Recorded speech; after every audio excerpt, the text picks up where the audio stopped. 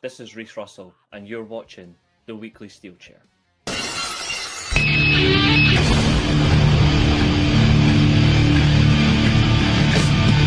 my life in the box in front of me. Taking talk in my arms is the soul of me. You walk by, ask to see me laying face down.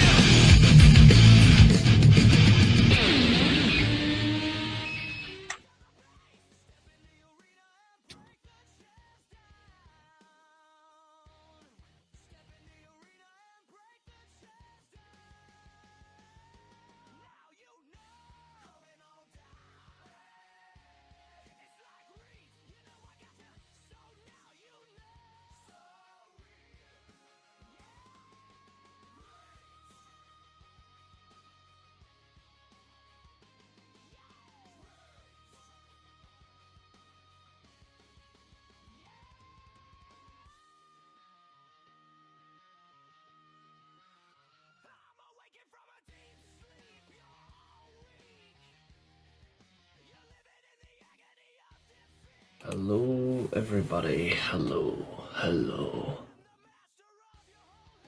How are we doing? It is good to see you all. It's just me. Just me tonight. Josiah and Temple will be here tomorrow for the end of year show. But I am here to run through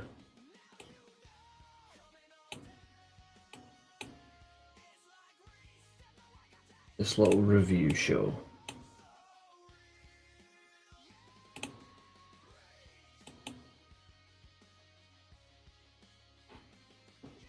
But we're not going to be here long.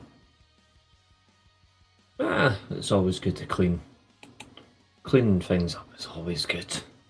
I'm glad to hear you're doing good, Chester. We're not going to be here long, probably about an hour and a half. I think an hour and a half is more than enough, I think. If we go a bit over, then we go a bit over, but that's okay. I don't know.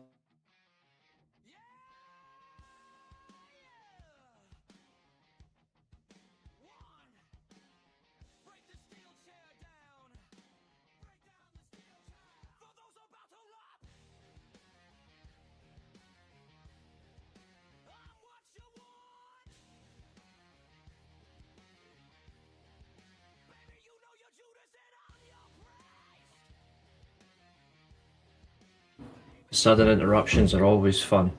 Hello, Mila? Hello there.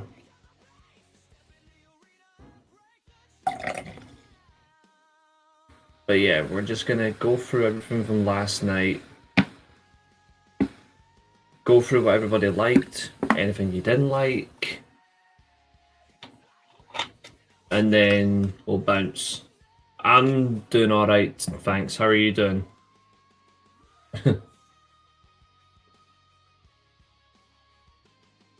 To be fair, I had about a 4-hour nap earlier on. What's up, Zach? National Chocolate Candy Day. I should have had chocolate with me. I love chocolate. But what did everybody think of the pay-per-view last night, if you've watched it? If you watched it, what did you think? I'd love to hear what everybody thought about it.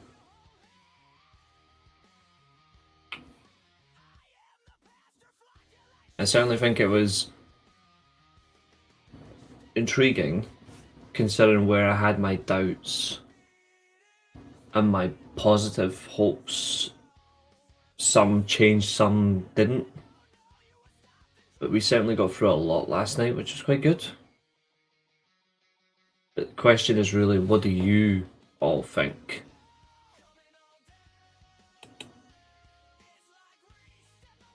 Let's see, can I change that? Yes, I can.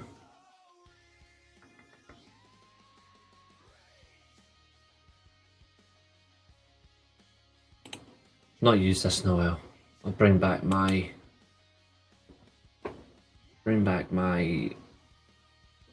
pride and joy.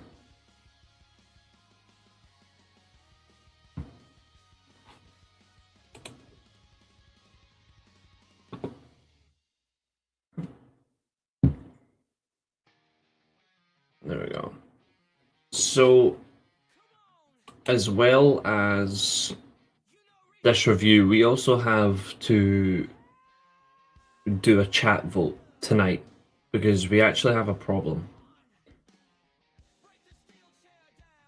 We had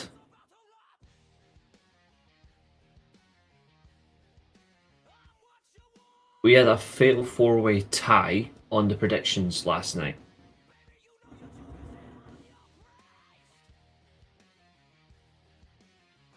That's for anyone else to decide.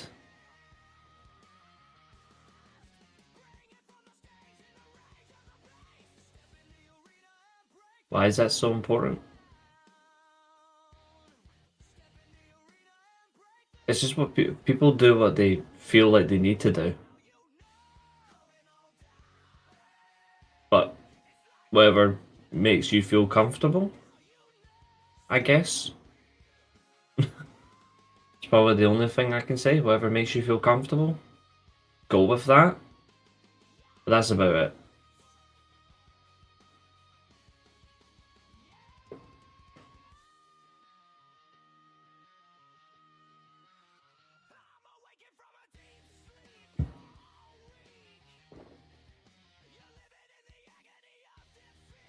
But yeah, we have a tie. 4 people on the predictions. You're welcome. 4 people on the prediction stream had a very good night in terms of what they predicted. We need to determine how we reward them.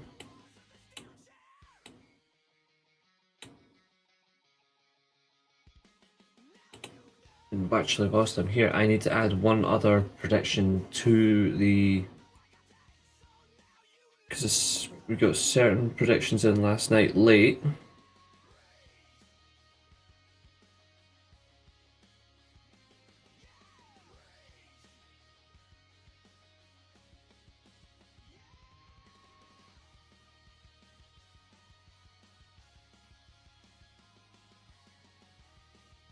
Right, where is it?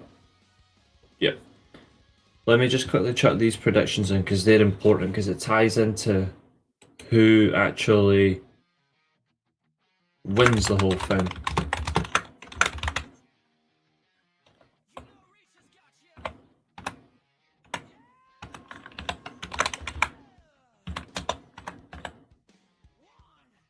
Because I think we all want to see who wins.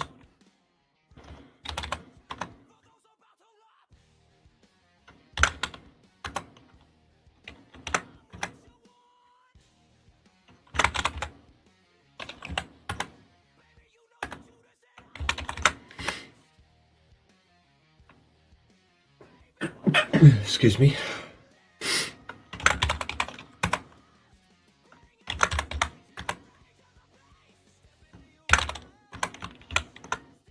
Right, let's see. 1, 2, 3, 4, 5, 6, 7, 8. Fucking hell. Okay, now we're screwed.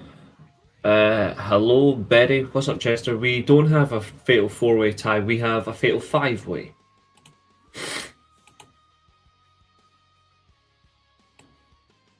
Actually, wait, no we don't. Hold on. 4, 5, 6, 7. Nah, we don't. We're fine. Still a fatal 4-way. It's okay. Roy Sheen didn't get 9, she got 8. So Roy Sheen ties with me, she ties with Abul, and she ties with Temple. Okay, that's fine. Right, we need to sort this out. Same to you. Merry Christmas, Happy New Year to you as well. Lark Bart, good to see you as well. We're in for quite a test, so we need to decide who's going to be the new predictions champion. Because Temple lost. Officially. But he lost due to the tie. Obviously, he had his draw at the last event, which means he can't draw, which means the title moves on to the next champion. But the next champion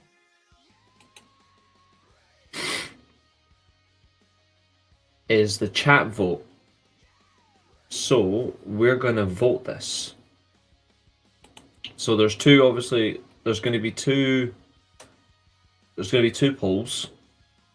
Because obviously there's the portrait and there's the landscape posts that are on the channel. There's two live shows.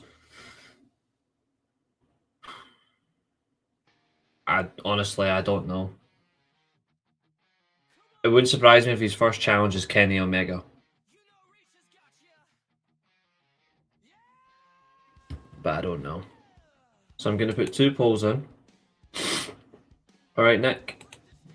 So we need to decide who's going to be champion. And it's for the chat to decide.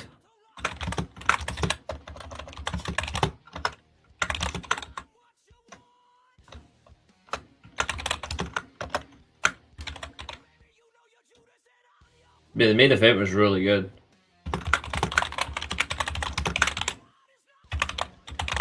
Now I want people to actually be fair. To be honest, I thought that pay-per-view flew by. Like, it flew by for me, which is weird. Started at what, 1? Finished just before 5? Like, it flew for me. So we've got Zodiac.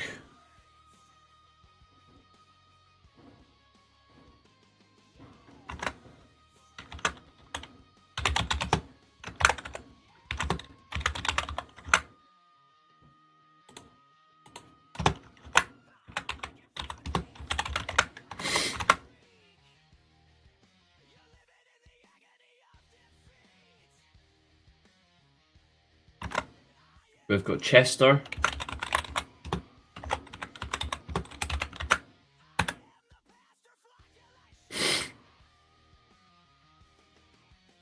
Do you think we get any news on Dynamite who Darby will face soon? Realistically, but Darby isn't the main talking point of this week's Dynamite anyway. The main talking point is going to be who steps up to the champion. The last one is Mo.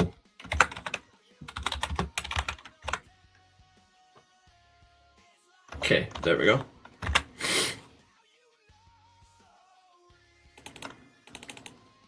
So because there's two separate streams because of YouTube and StreamYard, you can post it twice. There's going to be two polls, so I'm going to take the collective. Now, Chester, you are not allowed to vote for yourself.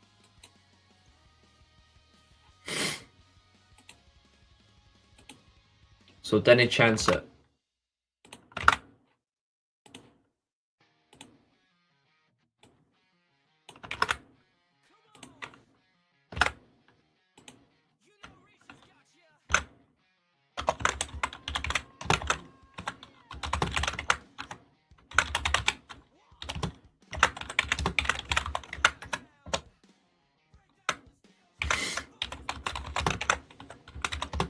I think realistically Joe should get a title rematch, but I think his first challenger will probably be Kenny at Revolution. Hangman's a good chaser, but I don't know if he'll get a title shot so quickly. If he does, then fair enough, but I wouldn't give him it. Let's see who people vote over both polls. Chester and Mo, okay. And then on the other poll that started, I'll wait for people just to start putting votes in for it.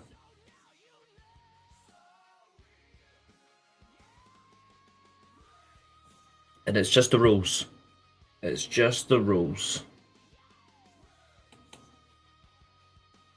I'll keep that vote. I'll keep that going for a wee while.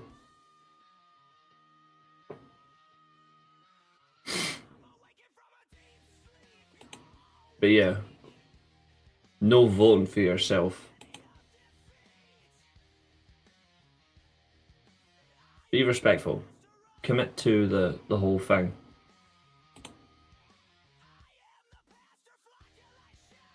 Okay, still no votes on the portrait one. On landscape, we do have a 50-50 at the minute. Okay. I'll keep that up. What was your overall score? Same as me.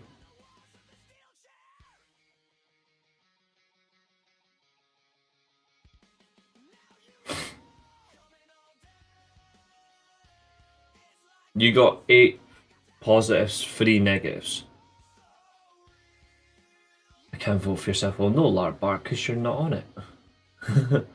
What would you do with the elite now? I would start to fade them out. The Don Callis family, I would start to separate and I would start to fade them out.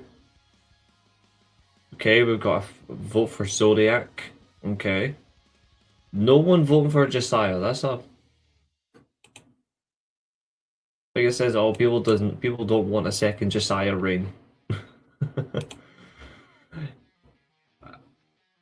He is here tomorrow, so he'll not let you forget.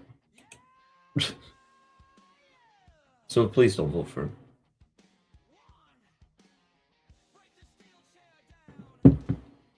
I'll keep that vote open for another... Actually, I'll just keep them running until the end of the show. I think we'll keep it running until the end of the show, and then whatever happens at the end of the show, that's your new champion. Yeah, that'll do. That'll do. Okay, so... I didn't watch 0 Hour, but obviously I've seen some of the results, but there is obviously some issues with it, because on 0 Hour, we had that mixed nuts mayhem match, the Death Riders and Marina Shafir versus Tony Storm and the Conglomeration. That was moved to the main show, and instead we got 2 unadvertised matches. So naturally we can predict those, so you don't need to worry about that. They don't count to your score. Everybody, pretty much bar 2 people, got the Conglomeration right. Obviously, Temple, if he hadn't been a FUD and changed it to the Death Riders, would have been involved in this. He would have been involved in this tie, but no, he chose to change it to this. We're going to obviously begin... We're only reviewing the main card, which was good. Okay, we got a 67% vote for Zodiac. Oh, Zodiac is killing it as first champ vote. And it's the total over both polls, on this poll and on the other show, so it's actually... Right now, he is in the lead completely, so that is good. Let's begin the festivities. So, main card begins with the semi-final that everyone was anticipating, everyone that was looking forward to it, everyone that was wondering how it was going to go. The semi-final of Kazuchika Okada versus Konosuke Takeshita. The major elements of surprise. Well, at least your PC's working for now. Decent. The element of surprise certainly caught into people when you watch this match. It was heavy hitting. It was fast paced. Timing wise, it managed really well.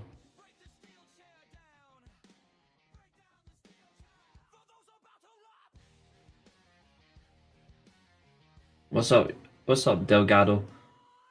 You were at World's End last night. Sick. Did you enjoy it? Super fun. Fireworks super loud. I'm in my red headphone. Nice one, Delgado. Good to see you as well. But yeah, in the chat, guys, if you can vote for your new predictions champion, glad to hear it. So, this opening match obviously did have people questioning, well, who should go over? Should it be the veteran, or should it be the younger up-and-comer? And it did obviously pose that question from a lot of people. Should we go for the young star, or do we really tie in and stick still with the prime commodity who knows how to win these types of tournaments? And in the end, AEW went for Okada to prevail by using Screwdriver. I thought that was very good foreshadowing. It was good storytelling. I like the desperation in Okada that he knew he had to find other ways to win because Takeshita was making it difficult. And by using the screwdriver, it also told a key element that will come up shortly, and that's what I really like about it. Now, people are going to say, oh, they should have went with... Hey, Tina. People are going to say, oh, they should have went with Takeshita, he's younger. It makes more sense. Well, no, it doesn't, because there's still time to push Takeshita. There's still time to push other young talents that they have. They're actually got the young core roster, so you can't say they're not pushing young talent. The manner of it is how far you're willing to go, and then you take action from it. So for me personally, I actually think the decision to go with Okada was the right thing to do. It allows Takeshita to feel aggrieved and cheated.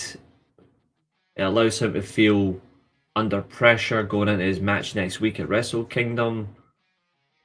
People just seem to think, oh, he has to win every single time in AEW, but it doesn't always work like that. Like, the key point that you need to look at is what is going to come from this. Next week he's in a title versus title match. I wondered when the dead would send you back to us, Catherine. Good to see you. You're more than welcome to join, by the way, if you like. No surprise, on the second poll there's one vote for Josiah, so currently Josiah has... He's in second place, behind Zodiac. Interesting. But yeah, the predictions champion is one of the 4 men on the poll.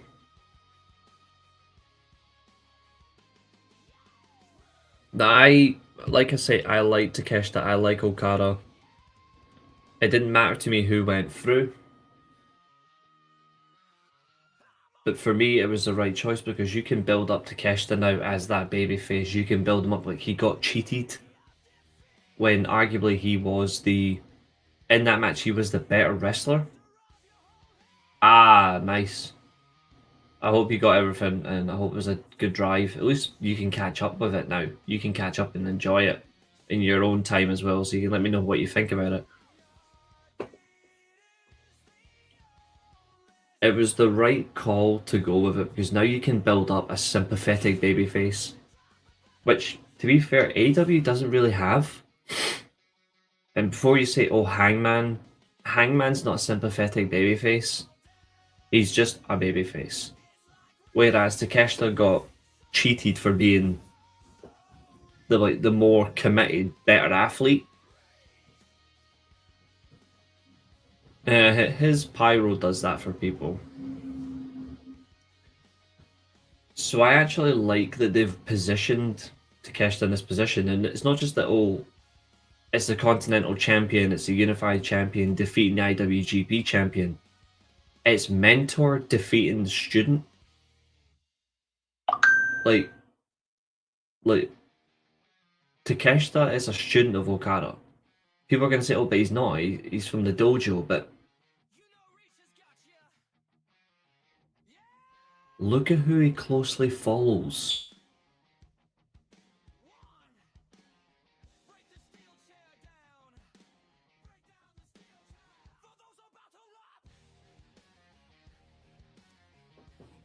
And people are assuming, oh, we have to do it this way. No, we don't have to do it this way. I'm turning that off. Hold on. There we go. Never get ahead of the... Never get ahead of yourself and thinking, oh, what can we get from this?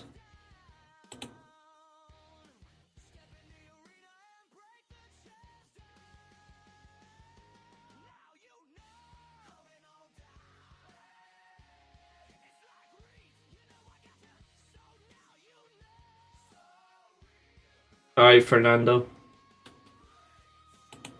It was the right choice to go with Okada over Takeshita last night, so credit to them where credit's due for storytelling purposes. Which then leads into match number 2. Match number 2 of the main card. Of course, was Kyle Fletcher versus Jon Moxley, which is actually the better match out of the 2 semi-finals. Because the styles contrast each other really well, so this was much more effective, this was much more destructive, this was more time-consuming. For 20 plus minutes, you really got to see both men take each other to the limit. The nearest of near falls went to Kyle Fletcher. Yes, it's just me. The nearest of near falls. And in the end, eventually, Moxley would win by the Bulldog choke. What I like about it, and I said there about storytelling, and this is what people need to really start looking at now and just admit they were wrong all along. AEW did tell a story in this one. Well, actually, in this match, there's 2 stories. One is Moxley's redemption after obviously losing the world title. He's been suffering so many losses, submissions, losing confidence. So he's had his own little clawback to the top, basically. Whereas Kyle Fletcher's story is he says he's the main point of the Don Callis family. He's the future of AEW. He sees himself as the centerpiece. Well, if you're going to do that, you have to beat the ace of AEW. Whether you like it or not, Jon Moxley is still the ace of AEW until someone takes that position. And I've said it last night, when Moxley's called upon, when someone is called upon to step up, when someone's called upon and asked to step up to be the main person or to steady the ship or to establish a new direction and then someone takes over, Moxley does it every time. So it was the right call for Moxley to beat Fletcher, and the use of the screwdriver where it was taken from Fletcher as well. He knows that he planted it. This is his chance to cement his opportunity. I really like that little subtlety. It was really well done. It was a good match, and Okada should have won. Nope. Go back last night. Okada lost the exact way that I said he was going to lose.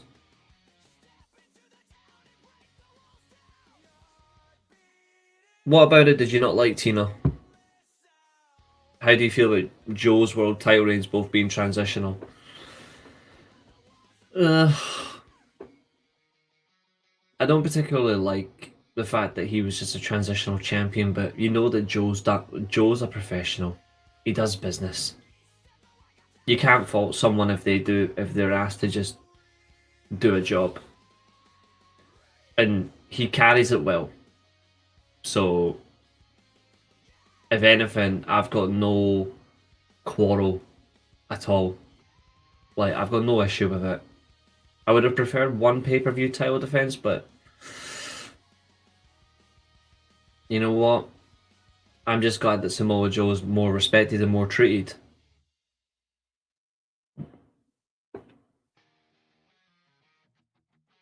Josiah can't make it.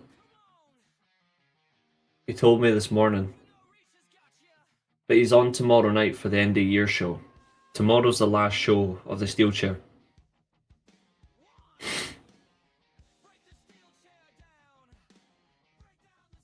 I like that we actually got to see the test of Moxley as well, where he was pushed to the limit by a young talent as well. Really pushed. Like, Moxley really got hammered last night.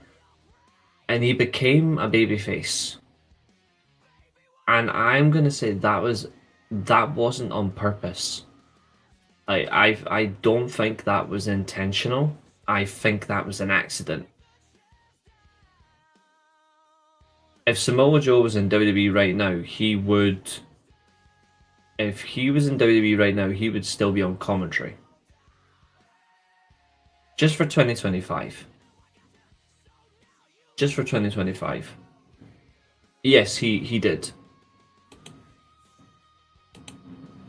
In terms of just wrestling matches, those were his best matches in AEW in a long time. Like, seriously, a long time. And people are going to say, oh, come on, Shoei, that's a bit harsh. No. No, I'm being genuinely serious. Those two matches last night were his best matches in a long time. And I'm actually glad I chose to watch them live instead of going to sleep. The thing is, Fernando,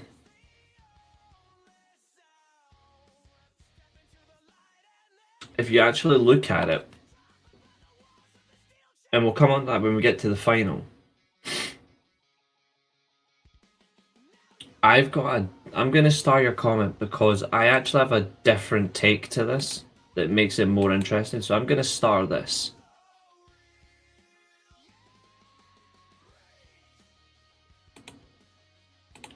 John Moxley shouldn't be a face, and I understand it's out of his control due to maybe because he's so popular with the fans.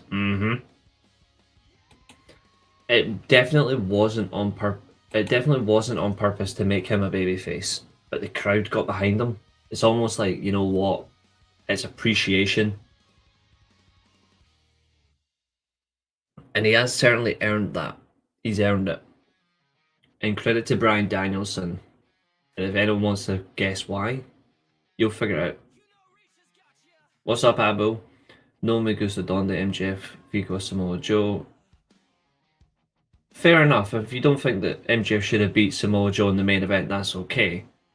But what about the rest of the show? Abu, you were very close to becoming the new champion last night.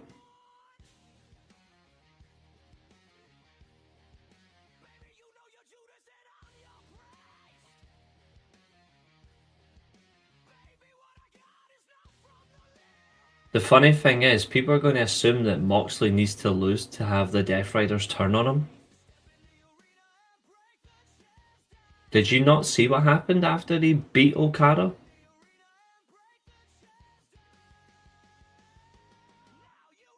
If you picked MJF, mate,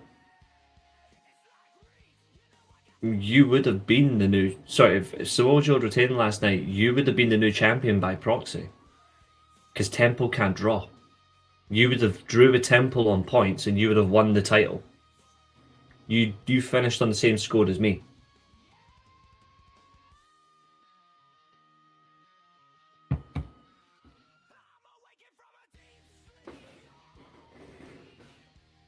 You were that close. It was really close last night. Everybody last night, bar one person, had their best performance all year. It's a consistent show for the poll. Everybody had, like, for the predictions, everybody had their best performance combined.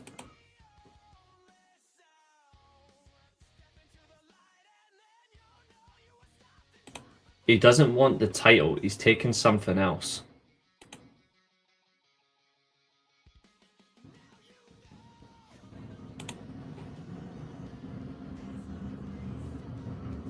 I didn't get a lot of predictions off you last night, so you actually were in second last. I only got 4 predictions off you last night.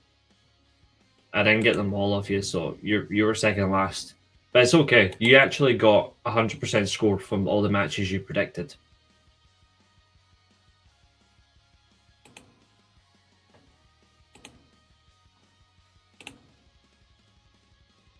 So that's not a bad thing.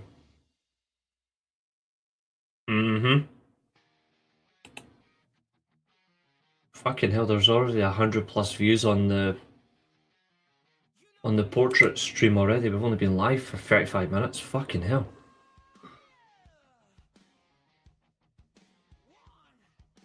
That's fair, Tina. That's fair. Anyway, back to this. So, your two semi-final matches had conflicting styles. Moxley versus Fletcher was better than Okada versus Takeshita. Yeah, Darby really let loose last night. It was a good match though. Like, I was surprised. Like I was surprised by that one. One match, however, I'm gonna have to really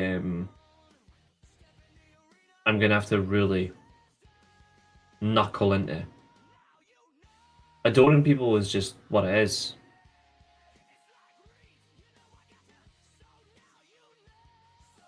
See, the funny thing is, last night I know I had Gabe Kidd to win, but I actually think that match should have ended in a no contest. I've been thinking about it since last night. It should have ended in a no contest. Both men should have just punched each other out. Like, the exhaustion, and then both men just get counted out. I actually think that would have been a better outcome. It protects Gabe Kidd, but also it infuriates Darby. So that's what I would have done. Last night should have ended in a no contest. And speaking of that, the next match was pretty much a no contest when you put pile drivers into it. The Chicago Street Fight for the World Tag Team titles was your third match of the evening. Yes, it's confirmed, which is what I told you on the chat last night. I wouldn't get so carried away with it though. Just because I don't think it's going to do much except the fact that Willow is going to get her head kicked in. Like, she's really going to get her head kicked in.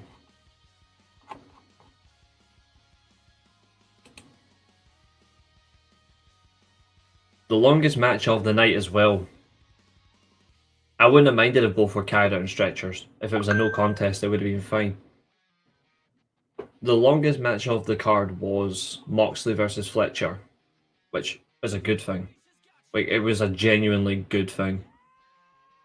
But yes, so the Chicago Street Fight, I really enjoyed this one. It was the right call to keep, obviously we all agree it was the right call to keep FTR as champion. Losing after the first defense is really stupid. At least they can establish the tag titles again, let them run a bit. It's not that they weren't established in any shape or form, but it's a proper tag team. You can let them work, let them enjoy themselves. I thought Juice Robinson was the best in this entire match. Juice Robinson really sold it for me. I think the whole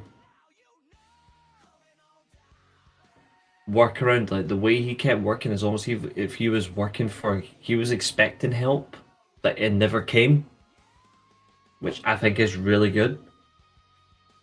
In the end, of course, it was 4 pile drivers. If he came back during that match, I would have hated it. The final was the wrong call. I don't think so. I think the more I've thought about it, I actually think it was the right one.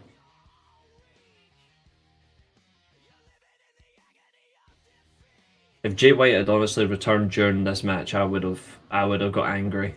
Like, I would have been angry. But I'm glad he didn't. In the very end, FTR does win with the spike pile driver, because he shouldn't be returning during a tag match. If Mox reunites with Eddie, I'm going to stop watching. If he ends up working with that moron, I'm going to be angry. And by the way, why would Moxley reunite with Eddie Kingston when Eddie Kingston's just reunited with Ortiz? Ortiz was backstage last night. Eddie Kingston will just drag Moxley down.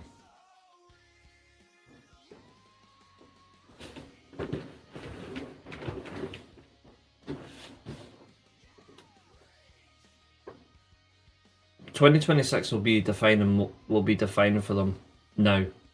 Yeah, I don't want it either. He's already recalled Ortiz, which is going to be really interesting how they're going to use him, because I really don't know.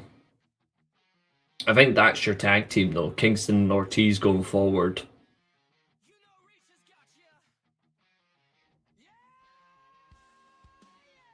Jay's part of the Bang Bang. It would have made sense. Yes, he's part of the Bang Bang, but he's got no need to be a part of that match. His place is where the main event is.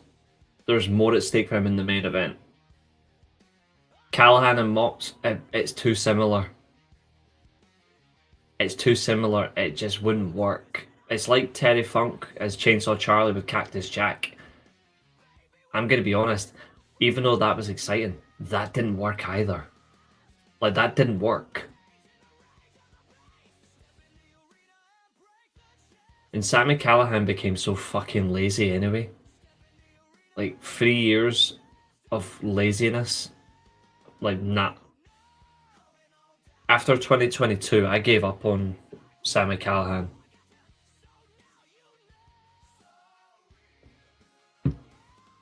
Especially after that pathetic match with Mance Warner. Nonetheless, Juice Robinson was by far the standout. Really impressed with him. He was excellent, cold-blooded.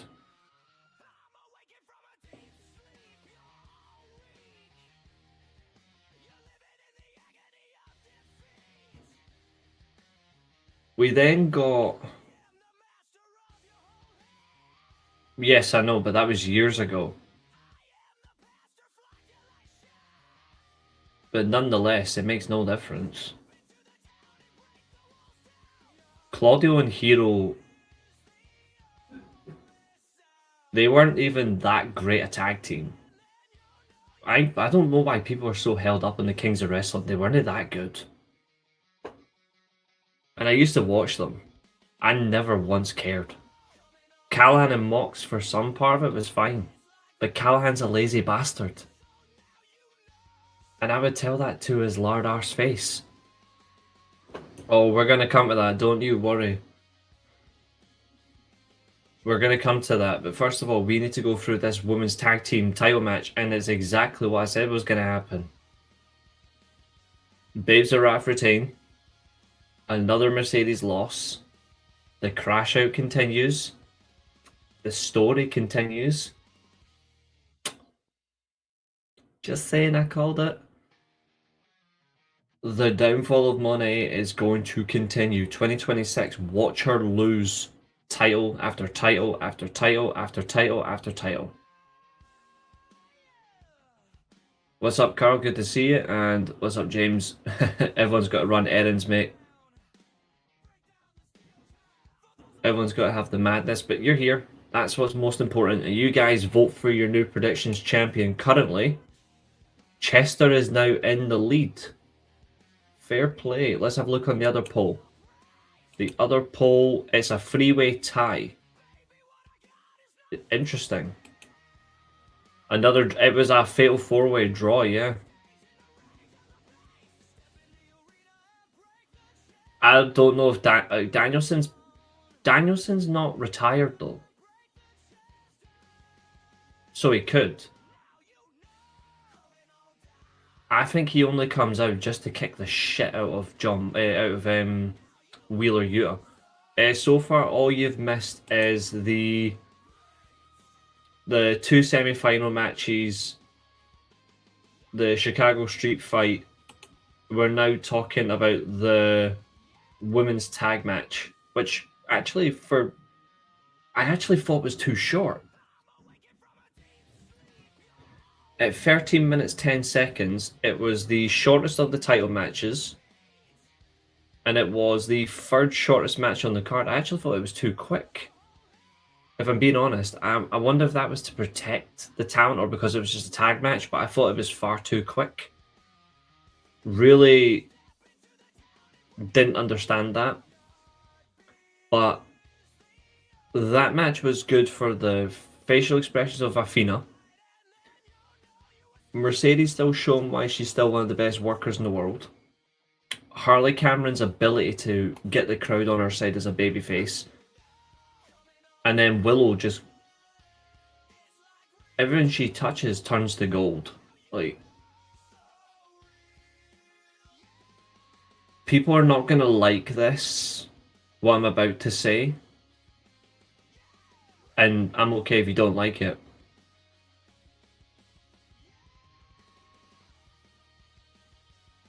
I hope they do this match again at Revolution. I would do this at back-to-back pay-per-views. Because now you can have a longer build as well. And then what happens immediately after Revolution?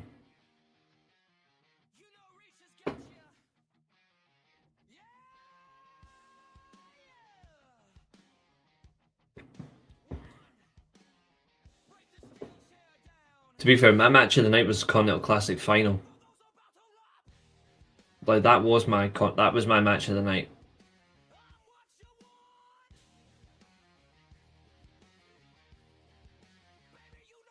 Of course, Mercedes Moné took the pin from Willow. It was a great pin combination. Shades of Chris Statland or that float over hold. It was really well done.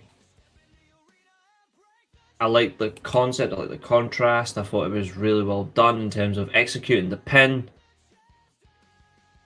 MJF versus Okada. What, next year? That may happen. But I thought that was really well done. I was actually more glued in. I didn't expect it to be as good. But the one that really caught me by surprise was the next match. Because again, we're going to talk about it now. Darby versus Gabe Kidd. I had Gabe Kidd to win the predictions. Everyone else, apart from a few people, had Darby. I personally think we will see Mox versus Okada again in 2026. And I'm all for it. Fletcher versus Mox was close second.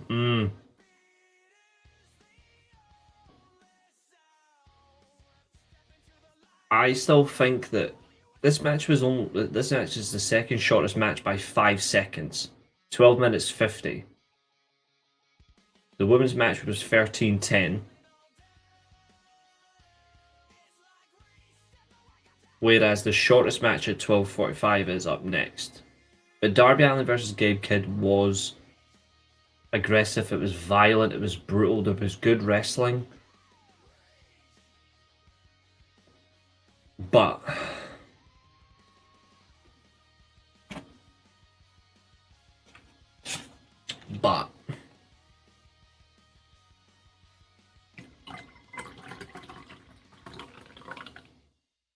you know that gif of that woman from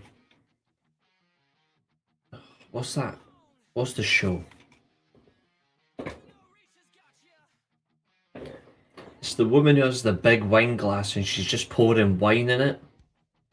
Every time you watch a Darby Allin match, you're just pouring alcohol. Or in my case, Pepsi Max. Last night, I liked the use of the steel steps.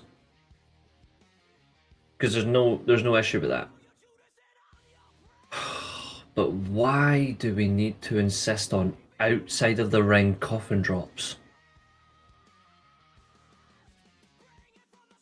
Like, last night should have been about Darby out wrestling Gabe Kidd. You know? It should have been about him trying to show he's a better wrestler. And he didn't. Like, Darby fluked it. Darby fluked the result. He fluked the win. He caught Gabe. He got him off guard. But even as such, after that, I don't think anybody was really...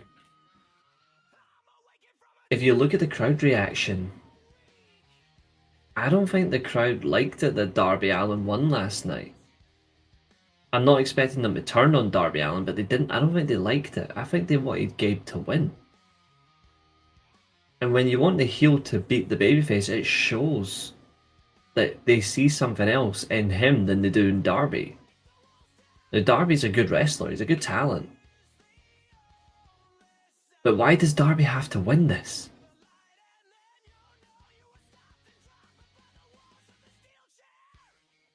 I'm going to go on a limb. Darby did not need to win last night. That's...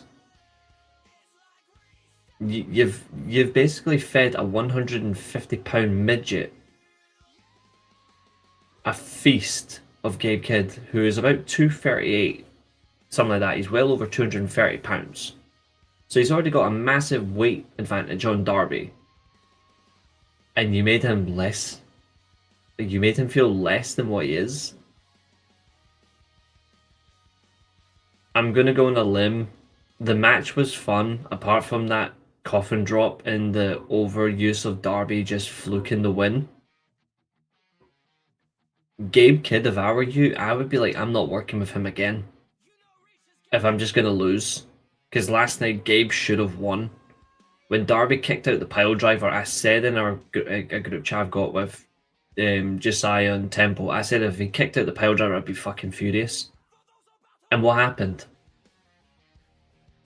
What happened?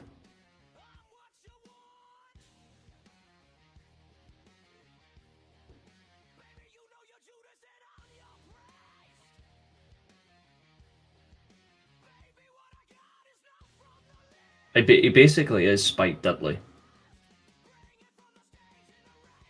Except he can wrestle better than Spike, though. That's the only difference. And absolutely, James, it was more suited for Dynamite. That should have been a Dynamite main event with TV time remaining. That's how much time I would have given that. Like, when Darby kicked out the pile driver, I was like, yeah, okay, great. Thanks for ruining Gabe Kidd. People are not going to think, oh, he's ruined, but he is.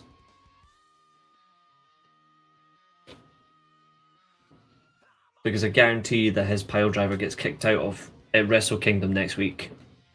In the 5-on-5. His pile driver is now going to become less. Because Suicide Midget broke out of it with ease. I hate this. Like, just let it be a finish. That should have ended Darby. Because Darby was ruined, like, top to bottom. Like, the serious level of injury. Oh, there's something I didn't bring up, actually, that I should have done. One of my spots of the night was that brainbuster on the ring apron. Moxley looked dead against Fletcher. Shout out to both of them for that. The trust to do that. That was excellent. But yeah, it should have been either a Gabe Kidd win, or it should have been a no contest, and instead Darby won. Great. Fucking great.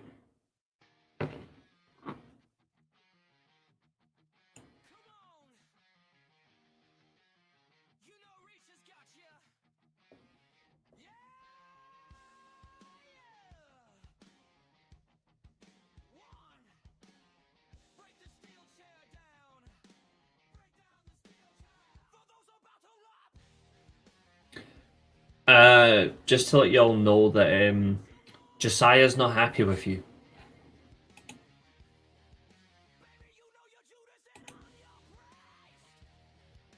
Currently Josiah's on a combined 50% to win the championship, and he's not happy that he's being cheated. At present, your new champion with a combined 75% is Chester, depending on votes. But Josiah is angry that you guys are not voting him. We're on 170 views already combined over both shows. Thanks, folks.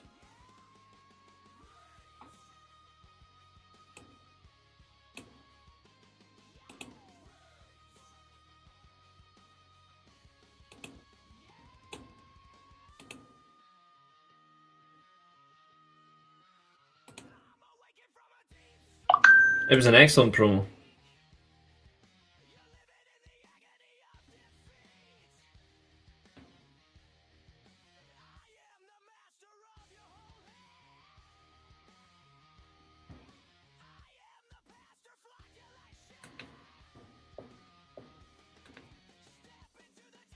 Thanks, Larbark.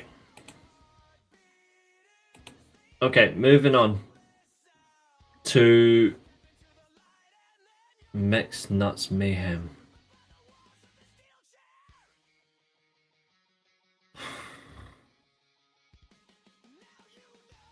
Do I have to review this match?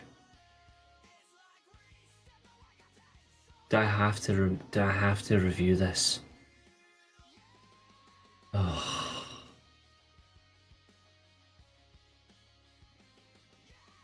Good God Almighty. I don't often advocate for shit, but this would have been my temptation to get back into alcohol. Nearly 2 years without drinking, and I was so tempted to just try and find an open place. This was horrible.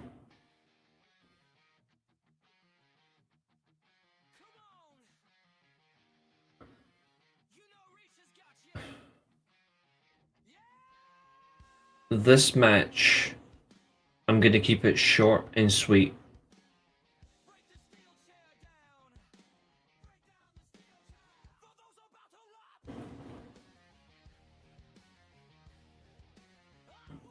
This match proves why nobody likes Wheeler Yuta, Daniel Garcia, and Orange Cassidy.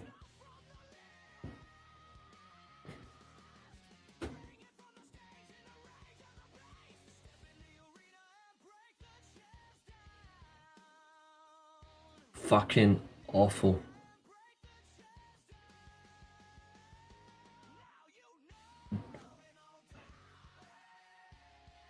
Toni Storm was killing it last night, and then you make her do a stupid dancing spot with Orange Cassidy.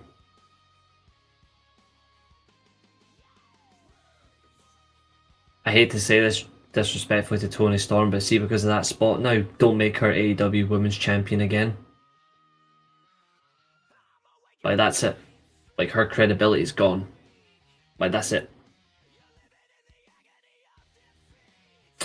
Sorry, Toni.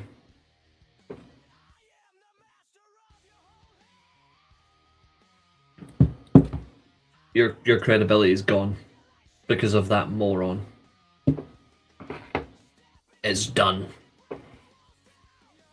I can't take her serious anymore because of that. And Excalibur, someone smack him over the head. Are we seeing the beginning of a throuple? Who says that?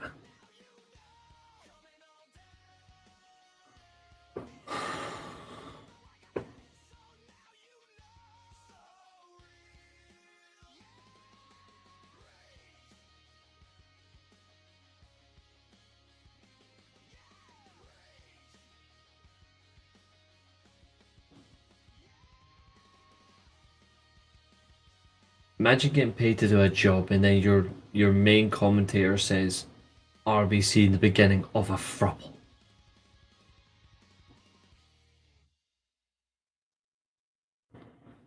Orange Cassidy has no chance with someone like Mina Shirakawa. Come on. It's like watching exactly. It was a WWE match. This is the stupid shit that I want WWE to stop. Not AEW to start. Roy Sheen, you with the diesel is still bad.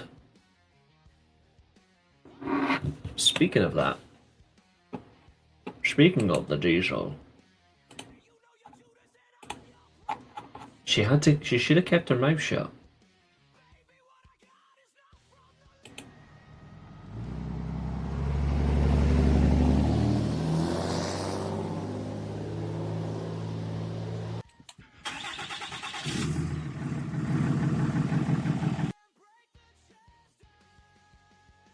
And of course, just for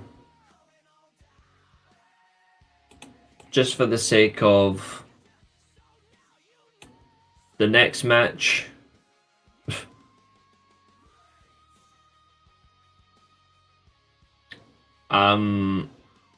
shouts to Marina Shafir for one of the fastest kicks I've ever seen on her husband Roderick Strong. That kick was hilarious. Mark Briscoe, of course, got the win for his team.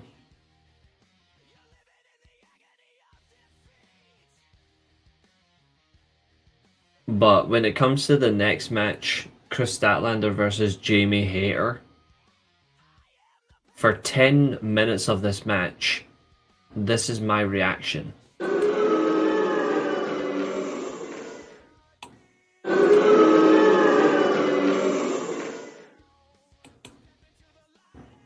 And then this. We do not care.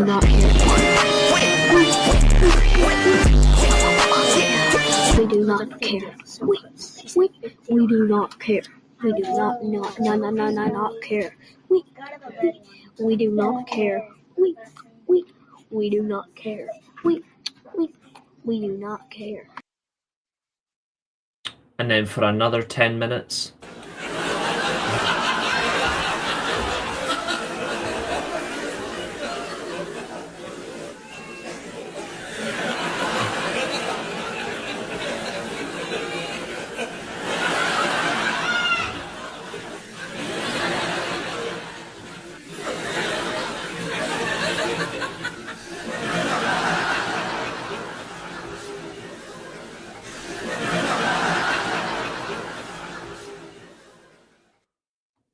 And then for 60 seconds. Oh, come on, man. Oh, come on, man.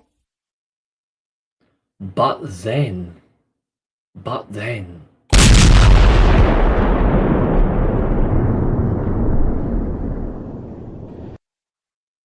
Things get a bit good. And I felt the hunger.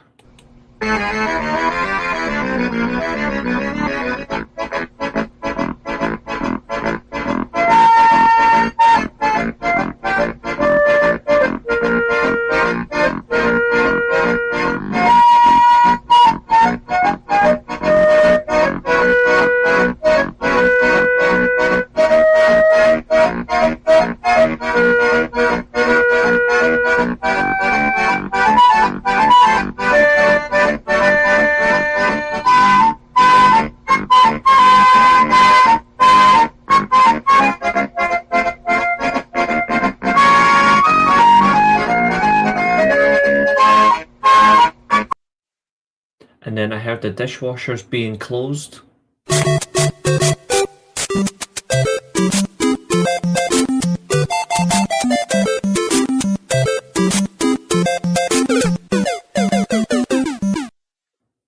And then all you heard was the sheer enjoyment of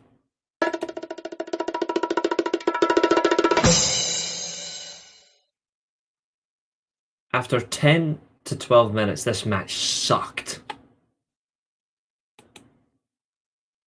And I would love for people to try and prove me wrong. This match was awful. For like 12 minutes of the 18 minutes that we got, this match was awful.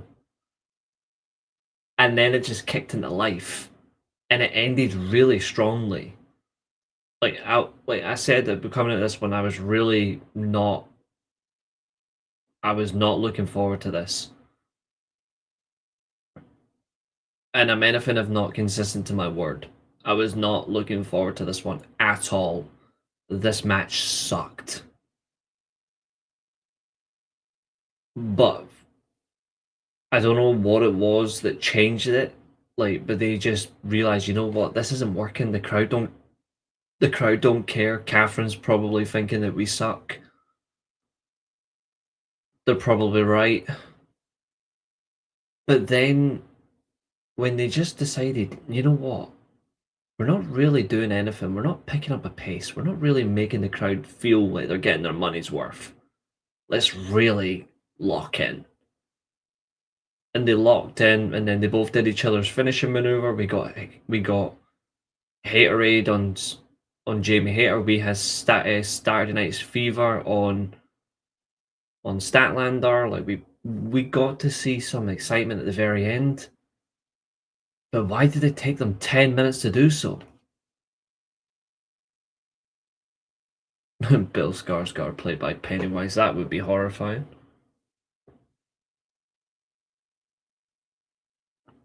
Jamie Hater last night was far more interesting to watch than Statlander as well. Like, Statlander for me, I'm still trying to see a character. I'm still trying to see an evolution in her. I feel like I'm not seeing it. Jamie Hater, she's got a bit of respite with me. But if I don't see any improvement, the next, say by the beginning of March, then I do not give a flying shit after that about Jamie Hater. Even if she wins the world title, I'll be like, good, get off her the next night. Just get off her. I won't care. Like, I'm at that point where, like, we need to actually see some character and some development. If there's nothing there, I won't care. Like, I want to be warranted of enjoyment. I want to see some excitement on it. Oh, hold on. Zodiac is now in the lead for predictions champion. He's got a combined 83%. Ooh. Very good.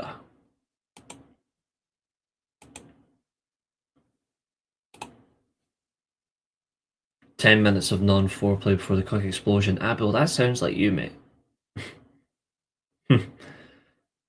The match, of course, would end with Saturday Night Fever in the ring. It was a little bit of an anticlimax ending. Like, it was just, I think they could have done a bit more, but they really didn't. I feel like that was a little bit of a letdown. But the recovery of the match was good, so I will praise them for that. But the first 10 minutes, I felt like first 10 to maybe 12 minutes, I was sitting there going, ugh. The stare downs, the posing, the slowness of in between moves, not picking things up, not making it worthwhile. I was like, fuck this. And Abel, well, not Abel, he can't vouch for me, but Josiah can vouch for me because he knows I was annoyed really quickly.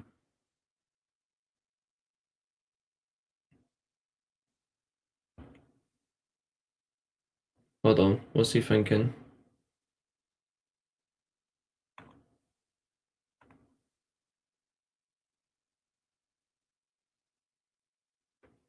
He says he's thinking. I'm intrigued. Don't hurt your brain, dude.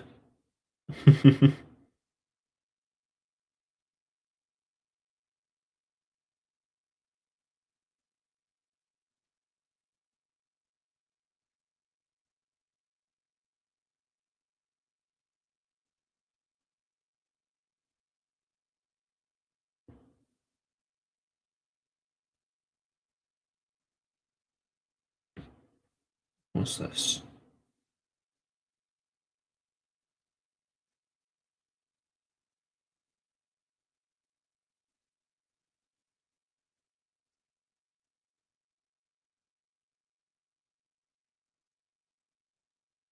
So apparently, this is according to John Alba. This is interesting. John Alba says that Chris Jericho's AEW contract expires on Hogmanay, and he could debut as early as January 5th on Raw as a re-debut. Dude, You don't need to go back to WWE. There's nothing there for you.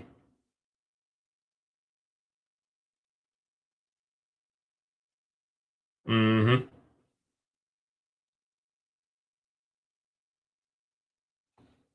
Same with David Finlay. Don't do it. The 2 matches left, and we're at an hour and 11 minutes.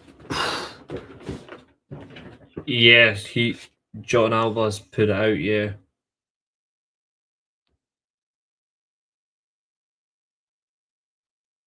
Jonathan Coachman thinks that if Jericho goes back to WWE, he'll demand creative control. Yeah, like Baldy's gonna give a star bigger than him creative control. I don't think so. Your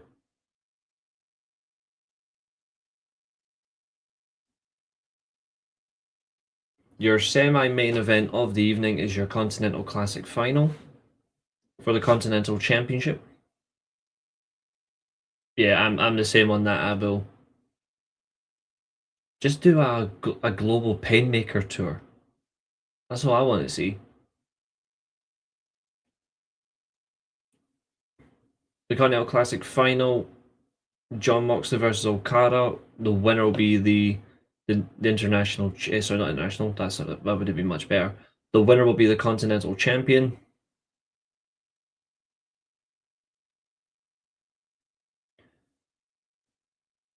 It makes a lot of sense if he does go to WWE with Judas. I mean, it is, to be fair, AEW can't stop him because it is his own song. It would be wild if that was played, or even a mix of Judas and Break the Walls. Imagine you had that. You had like the start of Break, like the countdown, Break the Walls, and it goes into Judas.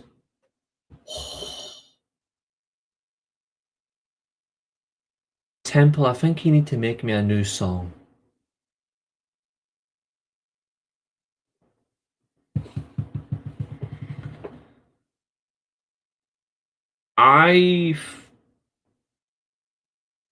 So was I, because it cost me points.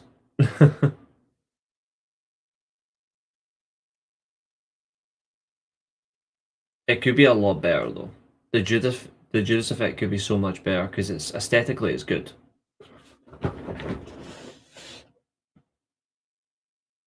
Even though Fletcher didn't make the final, I like the final that we got because there was so much of this on the line. There was so much of this. Where is it?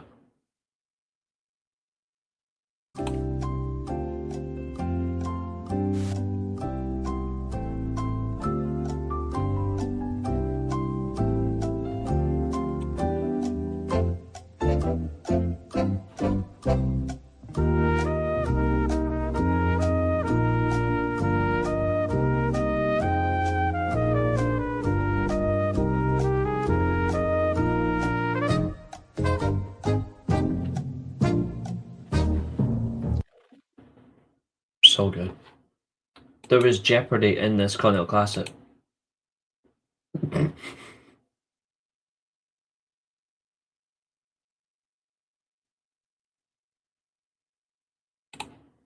Yes, you need to make me a new song.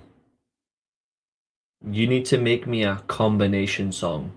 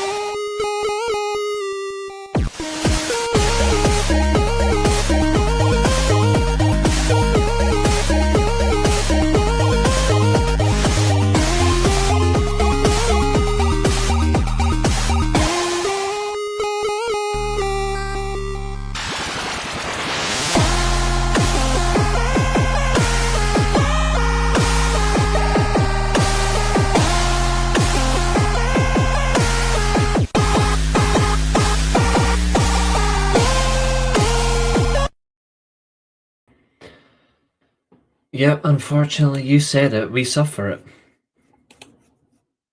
No, I give people what they want. There's a difference. What's up, Maria? Very happy. One thing is for sure, he better not get a year-long reign. Like, I don't want to see him hold that title close to All In. But he'll certainly have a decent second reign. I'm actually eager to see how far they go with it. I think he loses it All In, though. I think it's very obvious who he'll lose it to.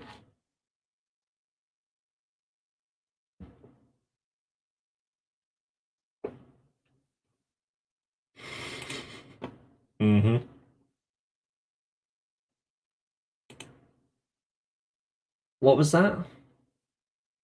What was that? Say that last bit again. Aye.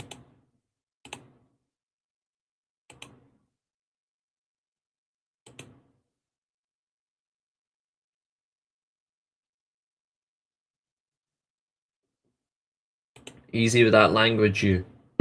Easy.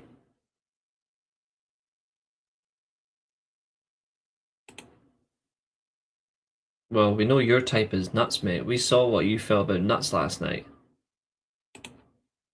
I don't think I think it'll be All In, and then that's it. Boom. And I'm not bothered by that either way. I think it'll work.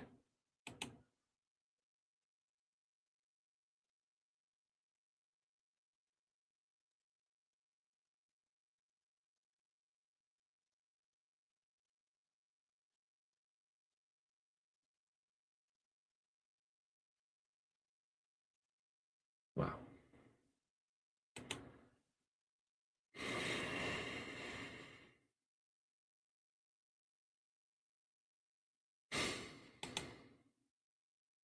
Right.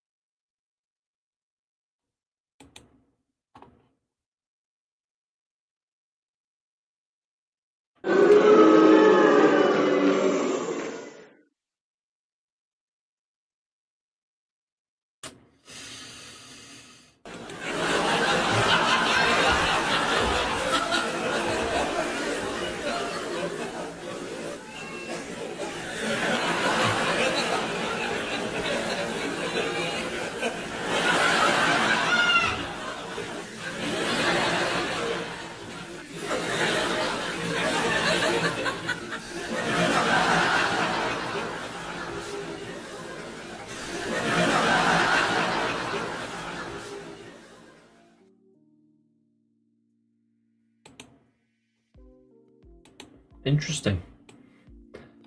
What grade do I give World's End? We'll get to that. We'll get to that. Now, I believe I had another starred comment. This. Fernando said this earlier on. Moxley should have lost.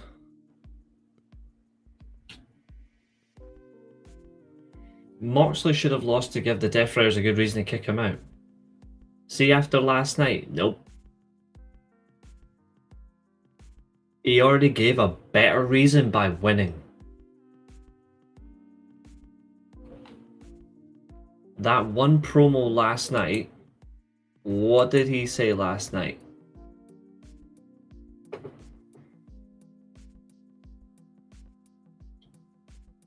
What's the one thing Moxley praised last night? In fact, I'll be specific.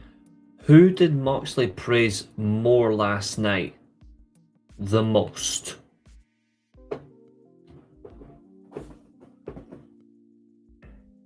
From his promo, after he beat Okada by pinfall, beat him clean, Okada's 4th clean pinfall in AEW, Actually, no, hold on. 5th. But his first major loss, a record loss, 647-day title reign, was ended last night.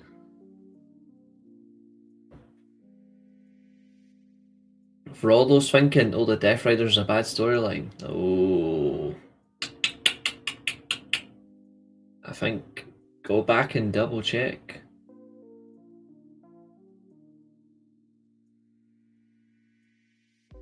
But look at that promo last night. Who did Moxley praise the most? And it's not a trick question. Who did he praise the most?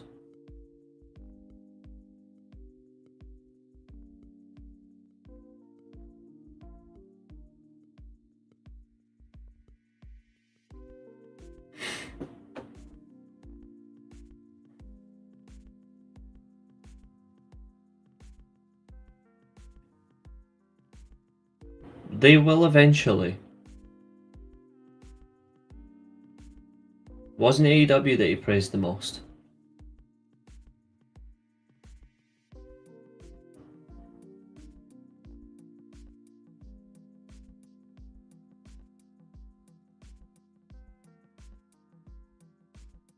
They're going to end soon, after what happened last night.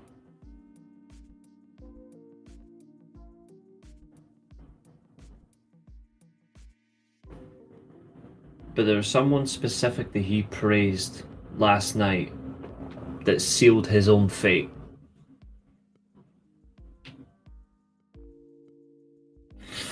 Ow.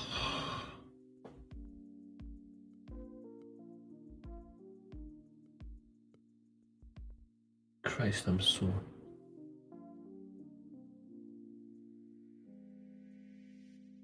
Come on, who makes you a babyface?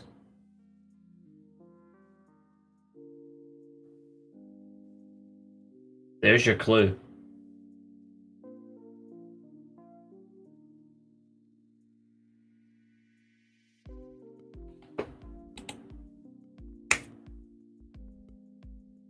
Bingo.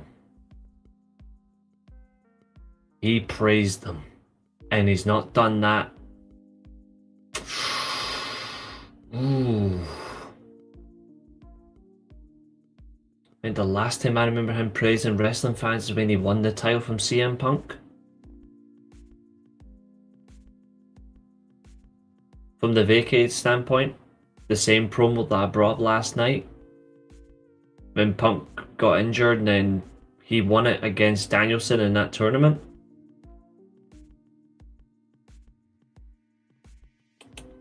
The Death Riders are not there to appease the fans. They're not there to appease AEW. They are there to take over.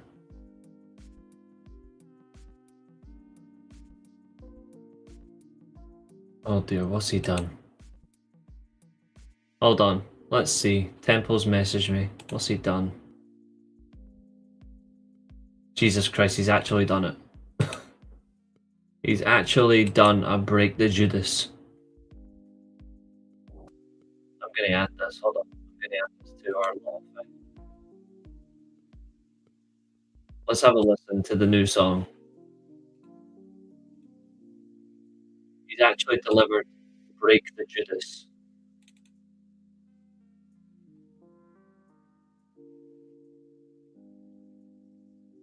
I'm actually quite intrigued now. There it is. Right, let's have a listen. Ladies and gentlemen, fasten your seatbelts. Set the volume to 10.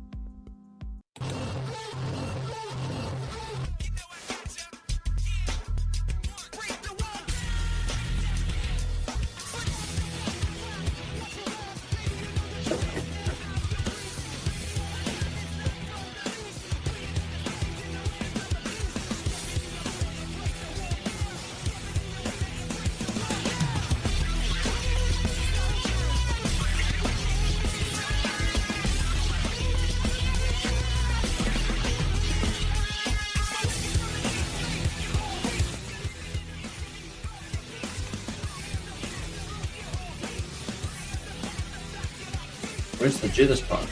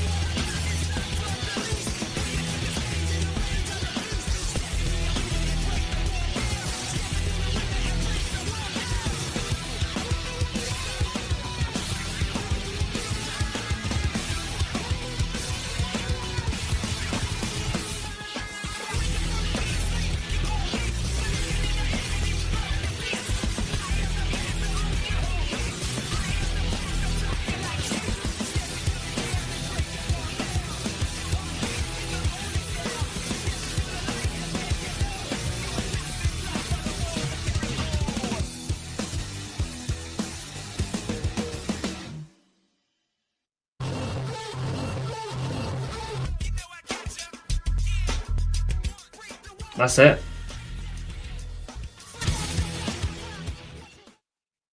That's it. Where's the Judas part?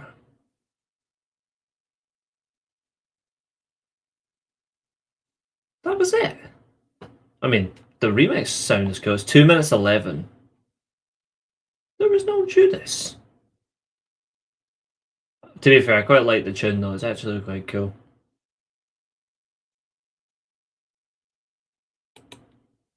That's woken up my spirits at least. Right, back to this one.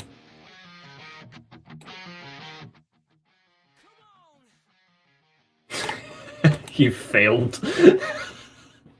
Nah, no one failed. No one failed. Anyway, someone who did fail was Okada. It's the cockiness of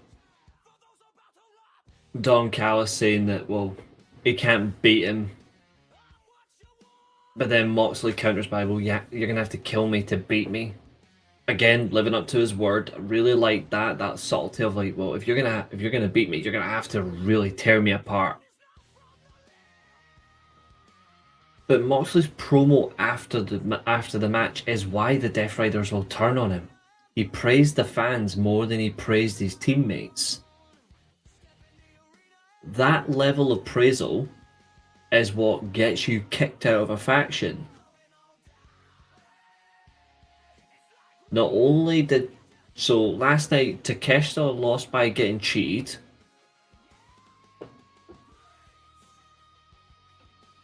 Fletcher lost because his screwdriver was taken from him. And he had no way of getting past Moxley at that point. Okada lost due to overconfidence and the grit and determination of Moxley. There's your three-headed dragon of the Don Callis family. But then the crowd changed for Moxley and started to cheer for him, so he thanked the fans. And then part 5, Marina Shafir's face. The anger when she praised, when he praised the fans, she was ready to flip. That turn is coming. And it's going to hit like crack. So, when that does happen, Suno's a fun app, yeah. The demise is coming for the right way. And when it happens, we will celebrate. Zodiac has a total of 88% of the votes. And we're now at an hour and a half for the main. Who is the best faction? One, AEW or in general?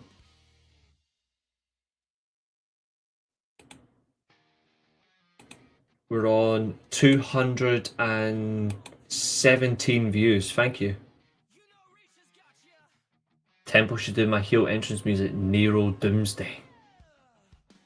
To be fair, I would, in general, it's the Heart Foundation, the Four Horsemen. To me, the perfect entrance music is like the combination of like Bret Hart with Naito and Judas, all in one. Maybe a bit of Battle Cry, because, well, Kenny's Battle Cry was dope. And some Dark Side. You find a way to merge all them together, we destroy. 4 minutes 17, this one. Okay, let's have a listen. Let's see. This one's over 4 minutes. Let's have a listen.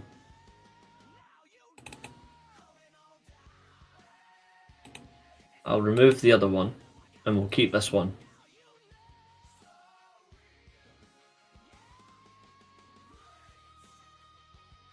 Imagine Dragons Battle Cry. Ooh. We're about to find out, my friend.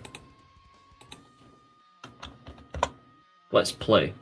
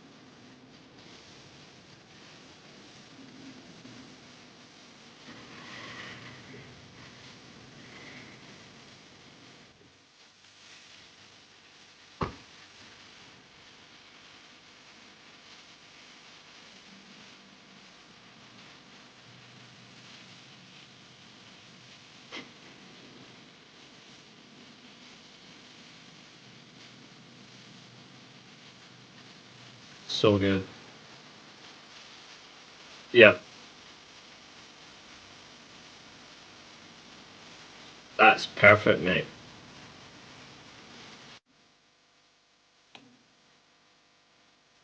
Honestly, you should. You should, just so he doesn't hit us with copyright. Actually, they can't. They can't hit us with copyright on this, can they? It was Nero Doomsday.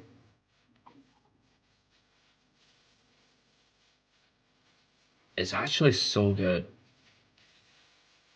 That is really good.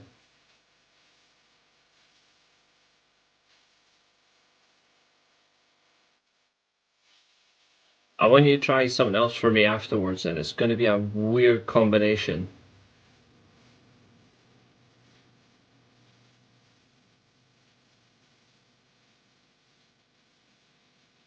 It's really good.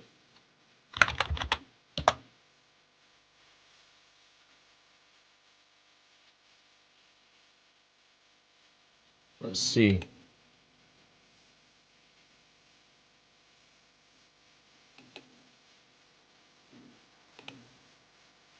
I wonder.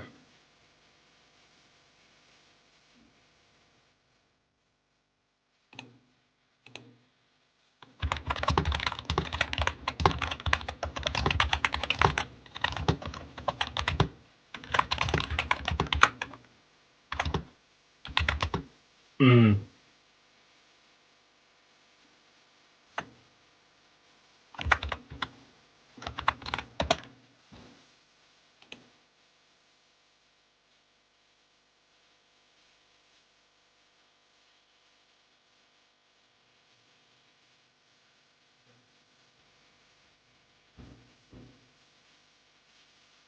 The funny thing is, I have one right beside me, and I'm gonna try it, and I want to see exactly what happens. Ooh. The second version. I'm gonna listen to something. Give me 2 seconds.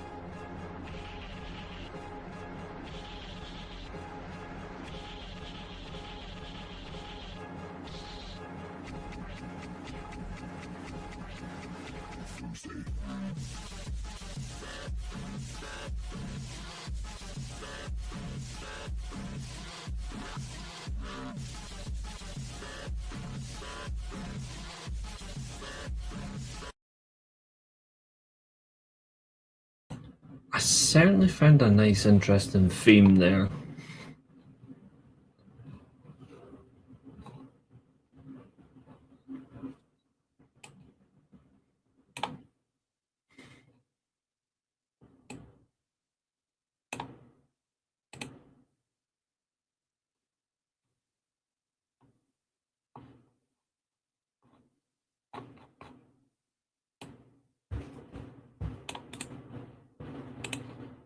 Temple, see if you can create this for me.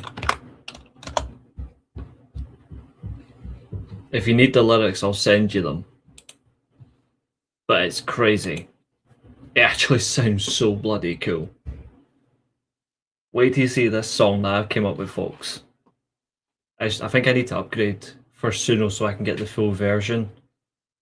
If I will, then fine, but it's the actual, like, I want it to be longer than 1 bloody minute. But it's crazy. That's the whole point. Implosion is what's going to happen. What do you see breaking up first? Death Riders or Judgment Day? Death Riders. Because at least they actually will learn to do that, whereas the rest of them won't happen.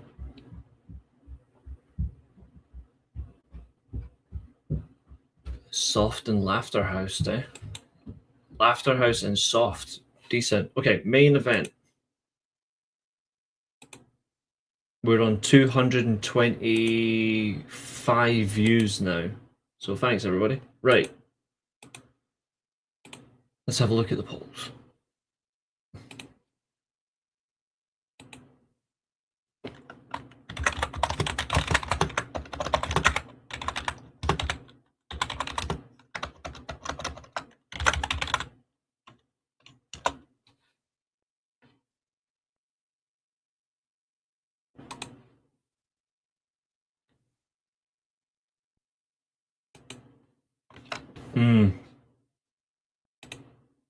Takeshita.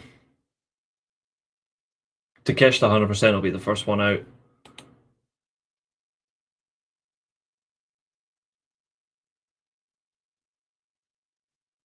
Looks like you are a DJ for the night.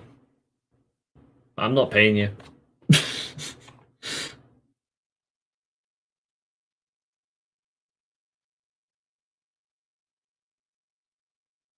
Oh, Ahmad scored for the Ivory Coast. Nice.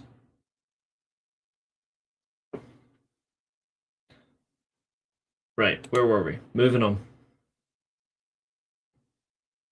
Yeah, Triple H is he's too stuck on the Judgment Day, which is a problem for them. They need to fade away. The main event.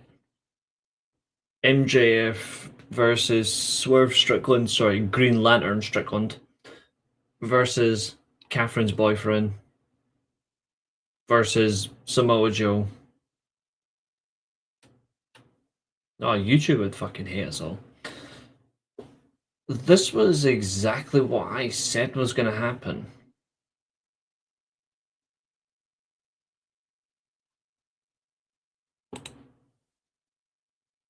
No.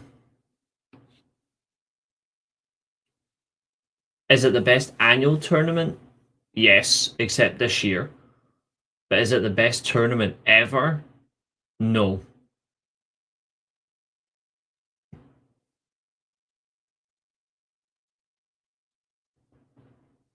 But it's the best annual tournament, yes, but this year's tournament isn't even better than the Continental Classic. But the best tournament ever has never once been duplicated, thank God.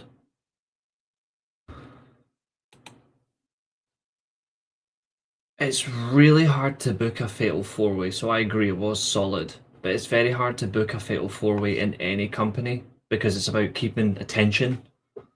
It's really hard to do, and they managed to keep attention on all 4 individuals. But it's so difficult. Alright, best annual. Yeah, it's the best annual tournament. It's really difficult to keep a Fatal 4-Way in check with people because they'll just fade, or they'll lose contrast, or they'll lose interest, they'll lose focus, they'll lose any sense of, why bother? Everybody had a key part to play. Everybody made efforts to win. There was a lot of spoiling moments, which was really good. And I like that MJF played the cocky but cunning heel who's took on opportunity. He capitalized. I liked most of all, I liked the interference as well. Like, the interference made sense. But this is where I have the problem. This is where they should have reintroduced Jay White. All this interference, either you do it now or when the pinfall goes through. This is where he should have shown up. Instead, we just got, well, they get rid of they just get rid of them. They're gone. Swerve does the damage, but it takes him out the match.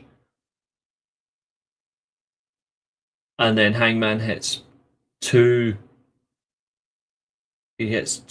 of his buckshot lariats. He goes for the third on the champion. MJF pushes the champion, then hits a low blow.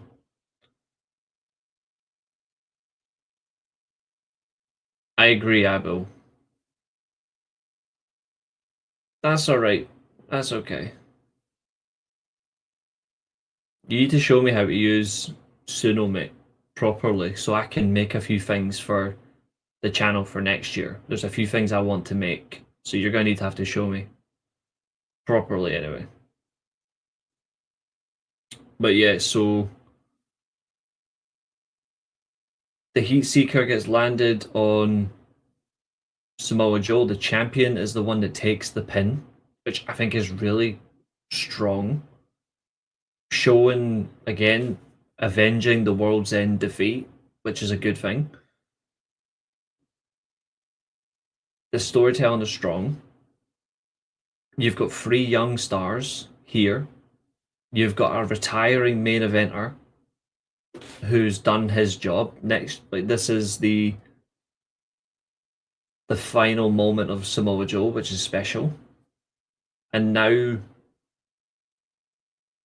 you can focus on the young talents, the returning Jay White, the soon-to-be returning Will Ospreay, Swerve, MJF, Hangman, Kyle Fletcher's there.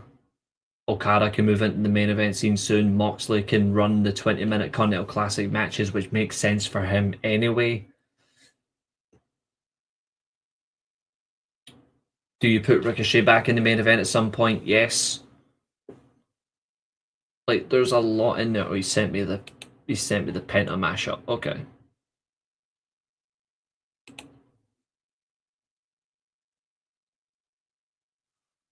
Ooh. Oh.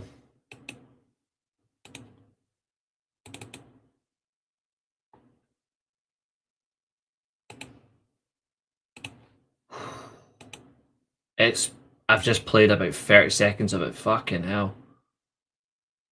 This was the true pillar match. No, not really. But I see why you're saying it. And actually, I get it. I see what you mean. Not a bad thing. So that's our Bulls. Listen to this.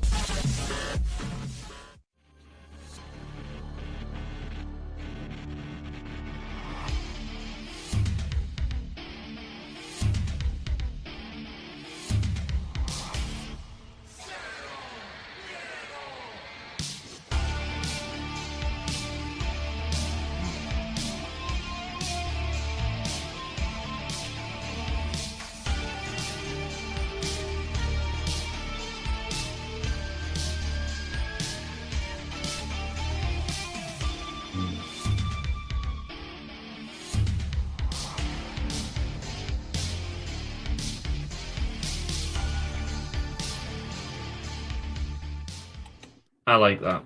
I really like that. After this, I'm going to link up with Temple for a wee bit after this, after the show. Because I'm going to get him to show me how to fucking use Suno. Because there's one particular one I want to make for tomorrow's, well, kind of tomorrow's stream, but something important for New Year. Because I want to get like a particular song for like a whole new fucking intro. Yeah, it's really good. I think it's because it's from Suno. We won't get hit with copyright as well. Right, let's have a look. Chester and Zodiac are tied 38% on this vote. But Zodiac has a 50% lead, so allow me to do the honours.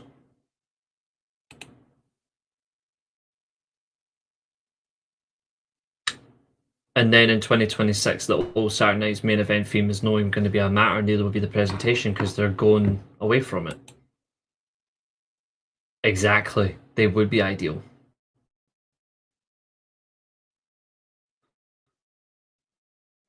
Where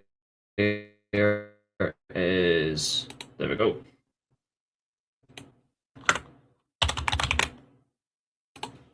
Ladies and gentlemen, can we get drum emojis in the chat, please?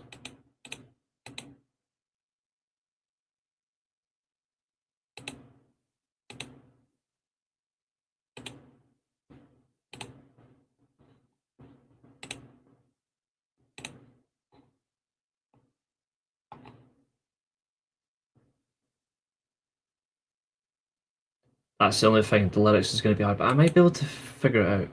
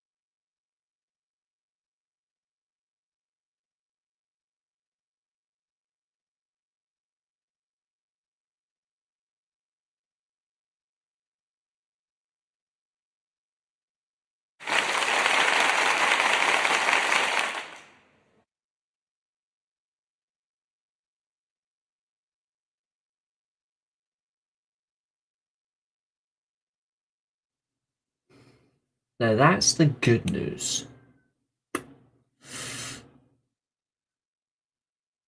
Yes, that's tomorrow. That is tomorrow. That's the good news. The bad news is Zodiac's first title defense.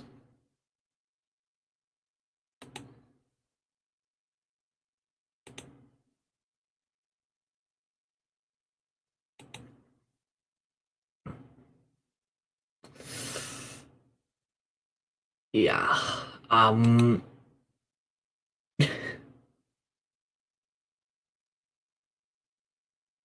Yeah. So Zodiac's first title defense is is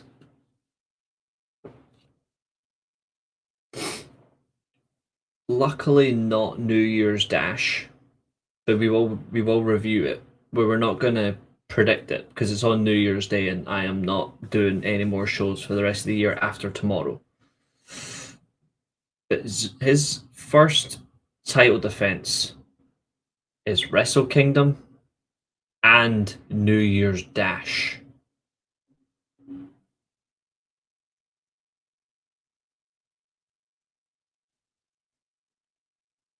Back-to-back nights for Zodiac.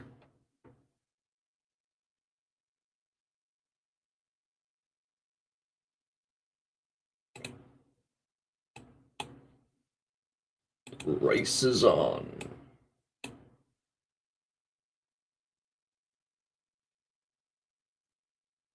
Question is, can you beat him? And yeah, a lot of pressure indeed. But I think he'll be fine. I think he'll be just fine.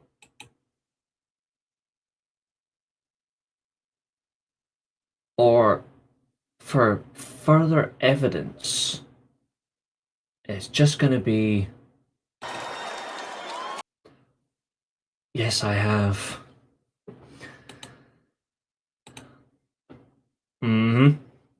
You're representing my brand. You're my champion. You gotta do the job. So, respectfully, Zodiac. Oh, God.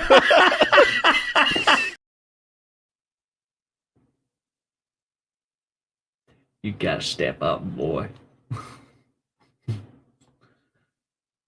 And that's exactly what we do. So, Maria asked earlier on, what grade did I give World's End?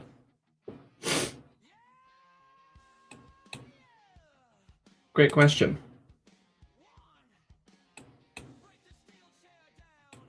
Countdown begins his defense, exactly.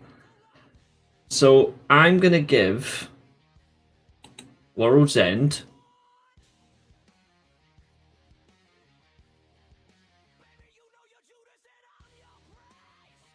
an A minus, or in numerical numbers, a 9.6. I think overall it's one of my favorite pay-per-views of the year across every promotion. I really liked the show. I liked the match order. I liked the teasing of the Death Rider split even more. I like the continuation of story. I like the further conclusion that the three-headed dragon of the Don Callis family will soon implode. I like that MJF is now champion again. I think it's the right choice. Forever how long he is as champion, I'm okay with it. I think there's some parts of the show that I can honestly say I didn't like. So, again, I reiterate, I did not like that Gabe Kidd lost. I don't like that Statlander is still a lazy bitch. And Jamie Hayter's boring for 12 minutes. But then for 6 minutes, they were really good. I don't like that Excalibur seems to think that Orange Cassidy, Tony Storm, and Mina Shirakawa should be a throuple. I don't like that match happened in the first place anyway. I don't like that Wheeler Yuta, Daniel Garcia, and fucking Nobed was on the show. And Nobed being Orange Cassidy. I don't like they were on the pay-per-view. Don't like it. And I don't like that Tony Khan false advertised. That's something that I want to call out. I put it in our group chat last night because I was really annoyed. I don't like that you false advertise 0-hour shows. The conglomeration in Tony Storm versus the Death Riders was one of 3 originally advertised matches. The other being Eddie Kingston versus Zach Gibson, where Ortiz returned to AEW last night for the first time in 18 months. And the other being Sisters of Sin versus Hyan and Maya World. Congratulations to Hyan and Maya World. They're now officially signed to AEW, so there's a new tag team, which is good. So there's a positive. But then you move the conglomeration and Tony Storm versus the Death Riders to the main show, and then you give us Bandido and Mascara Dorada on the pre-show. Why? You then give us the likes of Josh Alexander on the pre-show. Why? Just tell us what's going to be on the card instead of lying. They really ruined that last night for me. The false advertising is not good. And if that was WWE, I would still call them out for it. If you're advertising matches, don't just randomly decide to fuck that. They had, I will tell you now, my friend, because I didn't watch 0 Hour, so but I know they were on it because it was really depressing. They faced Davis and Rocky Romero. And then you had Jurassic Express and Jet Speed versus Josh Alexander, Ricochet, Bishop Khan, and Toa Leona. Why is Jet Speed and Jurassic Express with Josh Alexander and Ricochet on the fucking 0 Hour show? Make that make sense. 6 minutes 10, 5:40. So that's 11 minutes 50. Then you got a 7-minute 30 tag team match. And then 9 minutes of a 8-man tag. So over 20 minutes of 0 Hour for wrestling. That's okay. But at least live up to what you're saying rather than change things around. That 0 Hour, that Gabe Kidd Darby Allin match is a dynamite match. And the conglomeration and Tony Storm versus Death Riders was a fucking...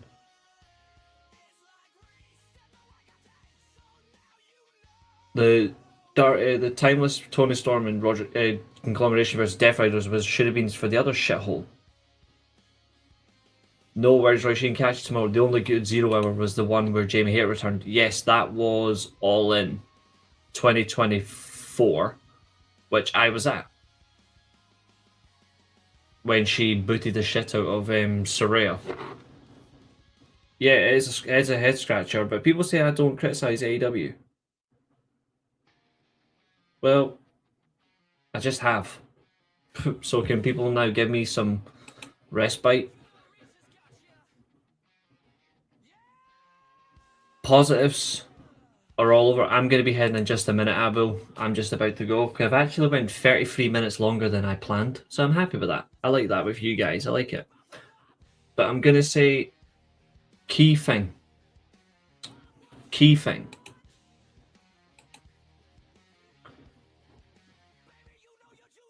You've made MJF the new champion.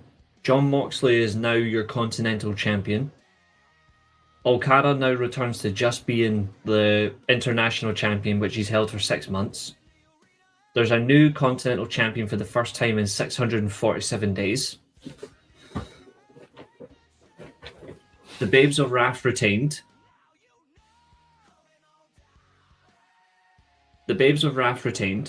Which is good. The downfall of Mercedes Moné continues. She now faces a New Year's Smash.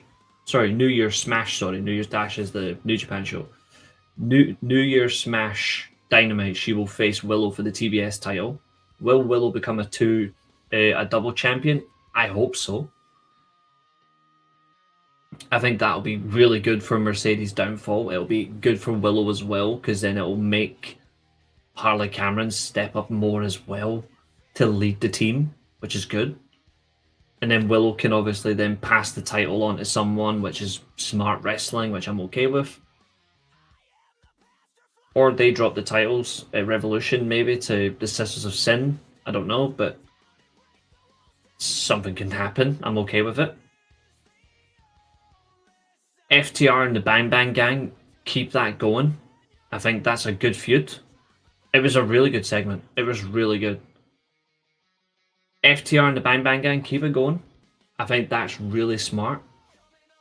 When Colton Gunn returns, put Colton with Austin and let them win the titles from FTR. Let Juice go after a title, let Ace Austin go after a title, because there's plenty to go round. Jay White can then come back for the International or the World Championship. The Bang Bang Gang theoretically in 2026 could be the dominant faction that AEW needs, and it would be the most exciting. I actually think the best faction in AEW is the Bang Bang Gang. So let it go in that way. Let them really take on. And then obviously, Megan Bayne beats Chris Statlander. I wouldn't mind it, but I think it should be Tekla, in my opinion. But either or is, I'm happy with either or. So that leaves Swerve and Hangman. I think you're going to get MJF versus Joe rematch. The Sister of Sin should beat the Babes of Wrath. Yes, I agree.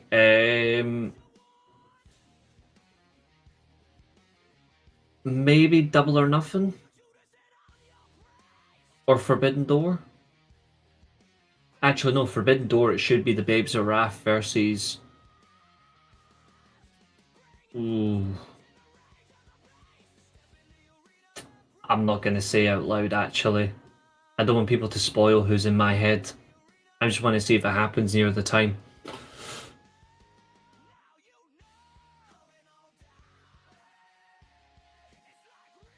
But then you've got what can happen. I think Tekla should go for the world title. She's got far more momentum at the minute. I think she's got more momentum. I think she does deserve it more than Megan Bayne. Personally, that's nothing against Megan Bayne in any shape or form. I just think Tekla's got more momentum. And I think that for me, that warrants it more. But I like either or. Tekla's TBS champion would be really good. Off topic, do you agree with Carmelo Hayes winning the US title? Nope, I don't. I don't understand why they've rewarded him with the title. I don't get it. I think MJF's first title defense is either Kenny Omega or Swerve.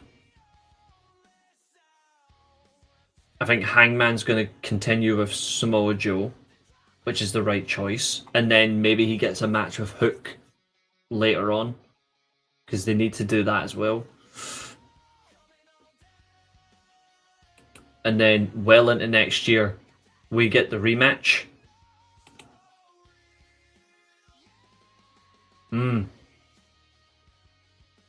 Well into next year, I think we will get the Okada Takeshita rematch.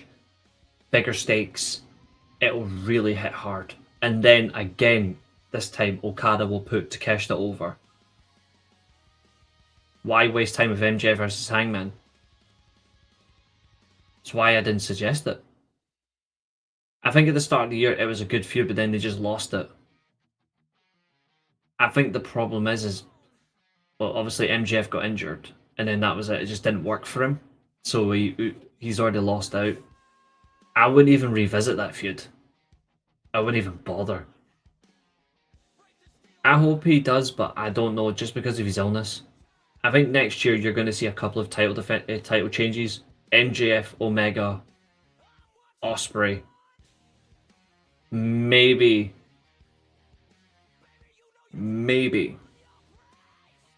we see Jay White as champion. If not, he'll hold something when he comes back. Fletcher versus Ospreay, I think, will be an all-in main event. They will win the belt from each other. Like, back and forth, but that will go. It's going to be really interesting. Next year will be good. I think next year, as long as they do well on the TV, that's my biggest telling point. Wednesday night, MJF closes the show as the year.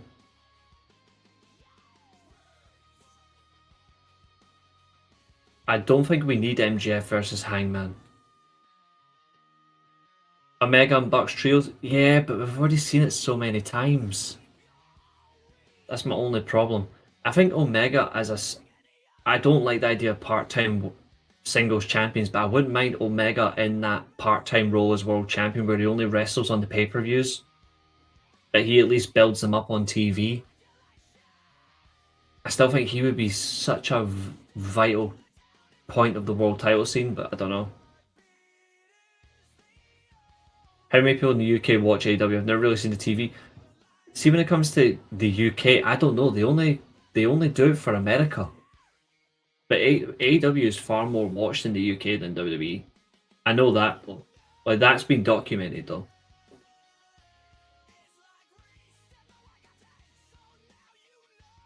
MJF versus Joe. I don't think he gets a pay-per-view rematch. I think he gets a rematch on TV. And he'll put him over. But that's about it. I don't think you'll see anything else. I think what you'll see is the likes of Omega, Swerve.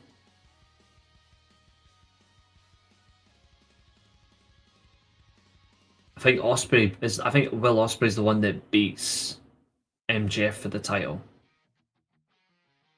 But we'll see how far it goes. Yeah, they really have, which I'm glad.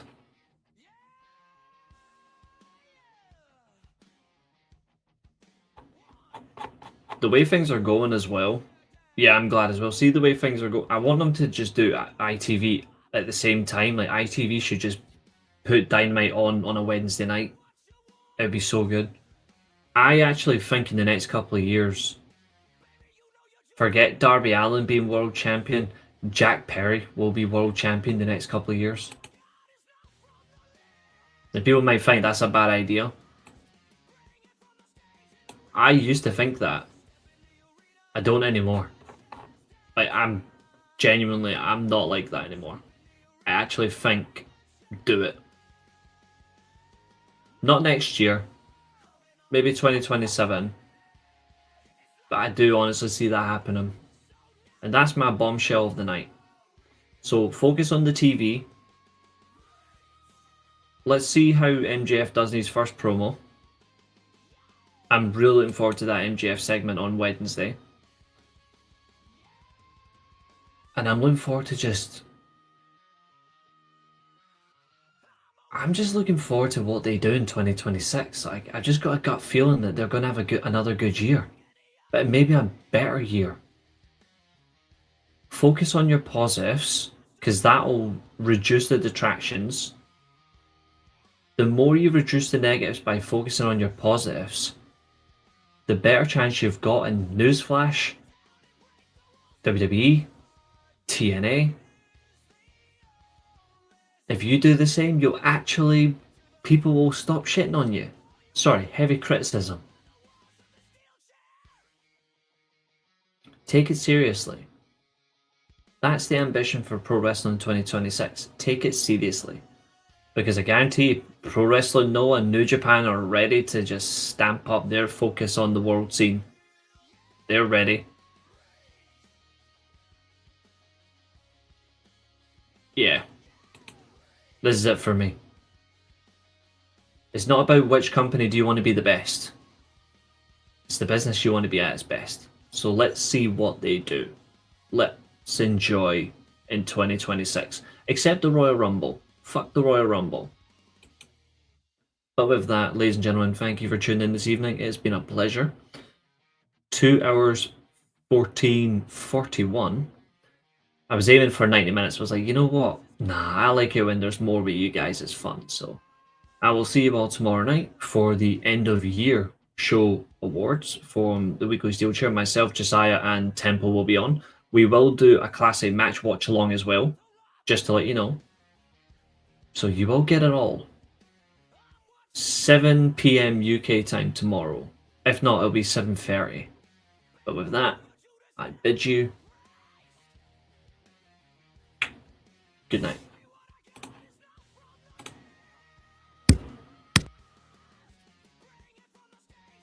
And today, our time comes to an end. This has been another exciting stream. Thank you very much for watching. And also, remember, if you get cracked over the head with a steel chair, you're not going to get concussion. You're just going to come back here. Goodbye. It's